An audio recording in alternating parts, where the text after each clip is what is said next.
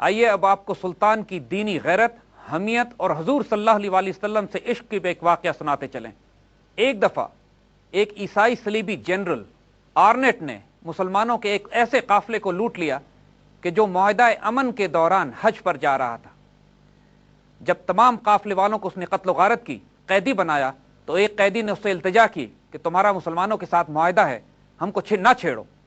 تو اس پر بڑی گستاخی اور بے ادبی کے ساتھ آرنیٹ جواب دیتا ہے کہ نعوذ باللہ، اپنے نبی سے کہو کہ آ کے تمہیں بچائیں۔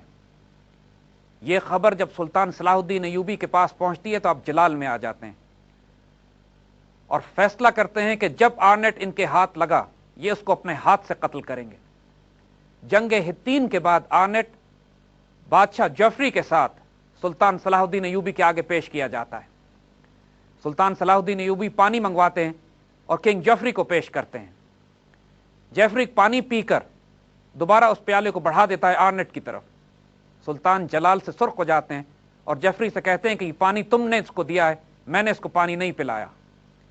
عربوں کی رواج یہ ہوتی ہے کہ اگر کسی مہمان کو کھلا اور پلا دیں اپنے پاس، پھر اس کی جان بخشی کر دیتے ہیں۔ سلطان فیصلہ کر چکے تھے کہ آرنیٹ کی جان بخشی نہیں کی جائے گی۔ اس کے بعد آرنیٹ کو قریب بلاتے ہیں اور اس کو وہ الفاظ یاد دلاتے ہیں گستاخانہ جو اس نے اس مسلمان سے کہے تھے، اور آرنیٹ سے کہتے ہیں کہ رسول اللہ صلی اللہ علیہ وسلم کی آبرو کی حفاظت کے لیے میں پہنچا ہوں تم سے بات کرنے کے لیے۔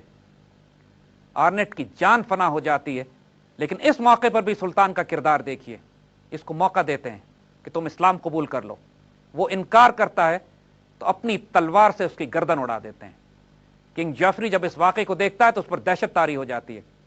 سلطان اس کو تسلی دیتے ہیں اور کہتے ہیں کہ بادشاہ بادشاہوں کے ساتھ اس طرح کا سلوک نہیں کرتے، لیکن اس نے گستاخی کی وہ حد پار کر لی تھی کہ مجھے اس کا سر اپنے ہاتھ سے قلم کرنا تھا۔ یہ سلطان کی دینی غیرت اور حمیت کا حال تھا۔ یہ وہی سلطان ہے کہ جو ایک عورت کے بچہ گم ہونے پہ دھاڑے مار مار کر روتا ہے، اور دینی غیرت کا جہاں معاملہ ہوتا ہے تو اس کے جلال کے آگے دشمن کی کوئی فوج نہیں ٹھہر سکتی۔ آئیے اب اس زمانے کے کروسیڈز کی تھیٹر آف آپریشنز کی صورتحال پر بھی غور کر لیتے ہیں۔ یہ وہ عجیب و غریب تھیٹر تھے، یعنی شام، فلسطین اور لیبنان کے علاقوں میں سینکڑوں قلعے اور شہر پھیلے ہوئے تھے، کچھ مسلمانوں کے پاس، کچھ عیسائیوں کے پاس، اور اتنی کلوز پراکسیمٹی میں دشمن ایک دوسرے کے قریب موجود تھے کہ بے انتہا جھڑپیں تو عام معمول تھا۔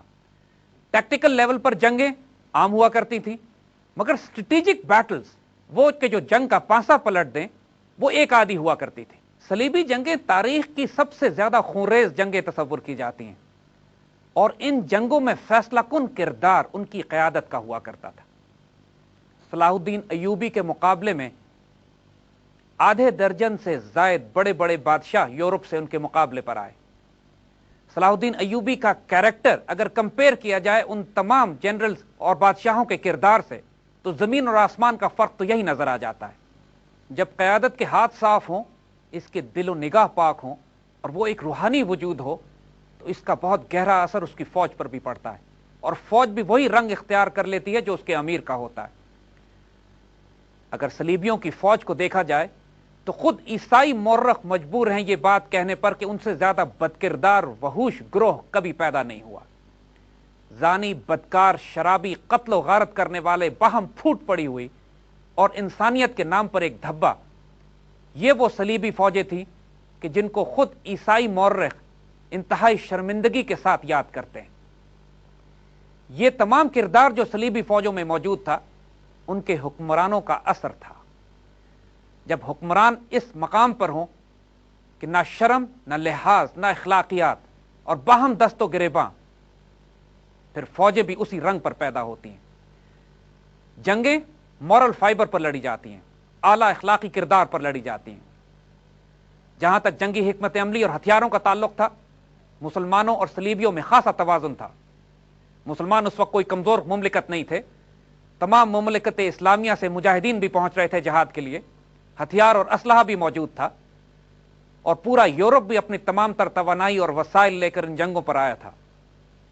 جہاں فرق پڑتا تھا وہ قیادت اور کردار اور اخلاق کا تھا، اور یہاں پر مسلمانوں اور صلیبیوں کا کوئی مقابلہ نہیں تھا۔ مسلمان اعلیٰ ترین اخلاق اور کردار پر کہ جس کی مثال اس وقت کی دنیا میں اور اس کے بعد کے آنے والی فوجوں میں شاید ہی کبھی دی جا سکتی ہے۔